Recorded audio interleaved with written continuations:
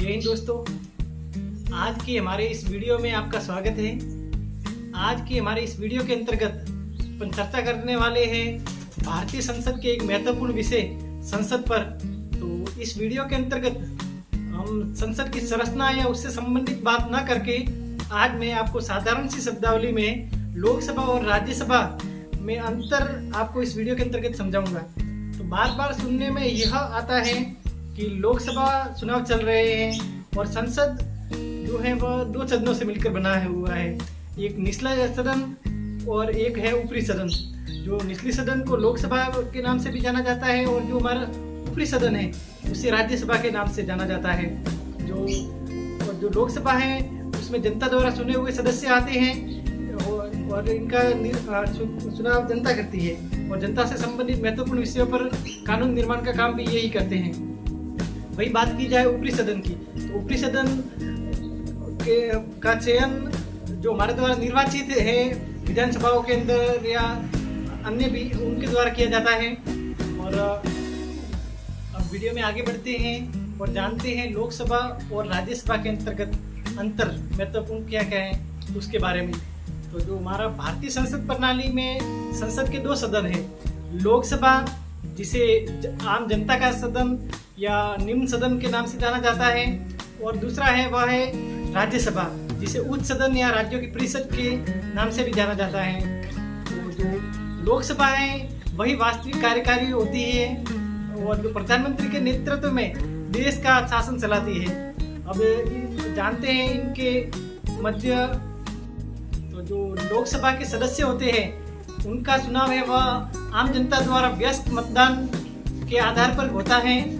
और वही बात की जाए राज्यसभा के सदस्यों की, तो जो राज्यसभा के जो सदस्य होते हैं उनका चुनाव है राज्यों की जो विधानसभा के जो निर्वाचित सदस्य होते हैं उनके द्वारा इनका चयन किया जाता है।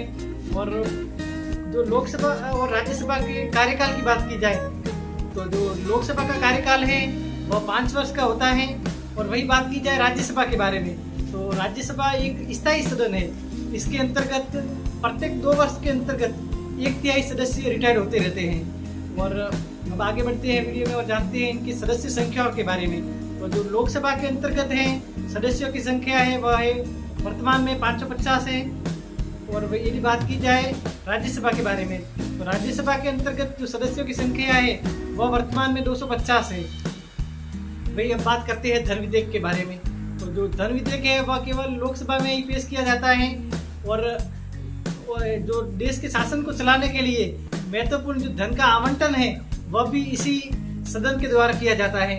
जबकि बात की जाए राज्यसभा के बारे में, तो राज्यसभा को धन विधेयक से संबंधित कोई अधिक शक्तियां प्राप्त नहीं है। अब बात करते हैं केंद्रीय मंत्रिपरिषद के उत्तरदायित्व के बारे में। तो जो केंद्रीय मंत्रिपरिषद है वह केवल लोकसभा के प्रति ही उत्तरदायी है।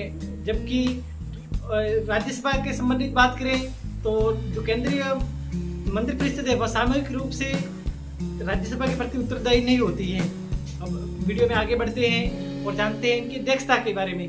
तो जो लोकसभा है इसकी अध्यक्षता है वह लोकसभा अध्यक्ष करता है। वही बात की जाए राज्यसभा के बारे में, तो राज्यसभा के बारे में राज्यसभा की अध्यक्षता है वह देश का उपराष्ट्रपति इसकी अध्यक्षता करता है।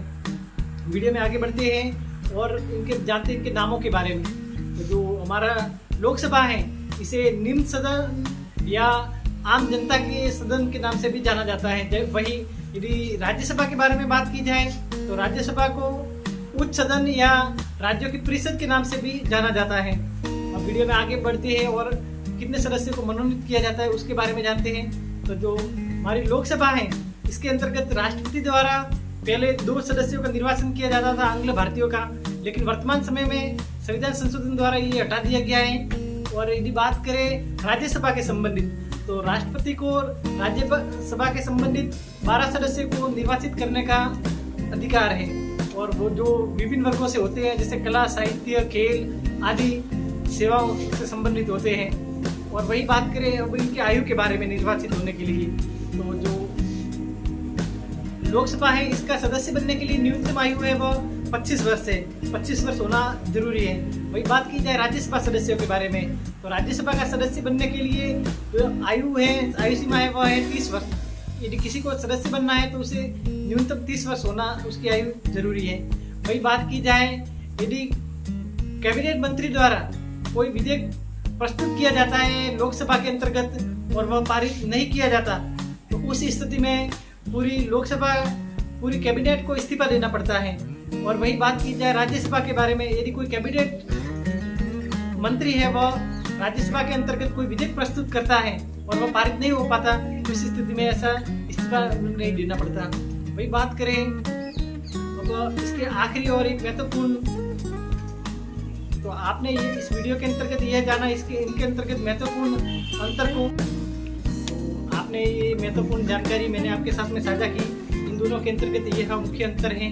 और भी इनसे संबंधित इनके में सीटों का बंटवारा किस प्रकार से होता है और राज्यों में किस राज्य में सबसे अधिक सीटें हैं, किस राज्य में सबसे कम सीटें हैं, इन सब के बारे में हम और जानेंगे किसी अन्य वीडियो लेक्चर में। तो आपने इस वीडियो को यहाँ तक देखा, इसके लिए आपका बहुत बहुत धन्यवाद। और आपको यह प्रयास अच्छा लगा हो, ये वीडियो अच्छा लगा हो, तो आप इसे अधिक से अधिक शेयर करें। Thanks for watching.